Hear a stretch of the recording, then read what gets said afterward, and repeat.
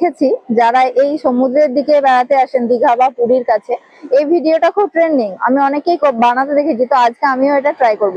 মানে আমি যত দূর অব্দি দাঁড়িয়ে থাকবো, যতটা অব্দি জলটা আসছে সেই অব্দি প্রথমে আমি দাঁড়িয়ে থাকবো। তারপর সেখানটাতে জলটা চলে যাওয়ার পরে আমি রাম লিখবো। তো জলটা কিন্তু আর তত অব্দি আসবে না। যেমন ধরুন আমি এখানটাতে দাঁড়িয়ে আছি, জলটাই এত দূর অব্দি আসলো, তাই তো?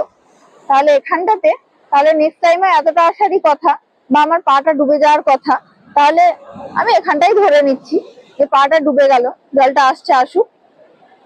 তো আমি নেক্সট টাইম এখানটাতে রাম লিখে দেবো। তারপরে যখন জলটা আসবে এতটার পর থেকে ওখান থেকে ব্যাক করে যাবে, আমার পাটা ছাড়িয়ে আর ওইদিকে যাবে না। দেখি এটা কতটা ফলপ্রসূ হয়। ঠিক আছে, হ্যাঁ এখানটা না একটু পিছনেই লিখতে হবে, লেখাটা পড়তে হবে তো বলো।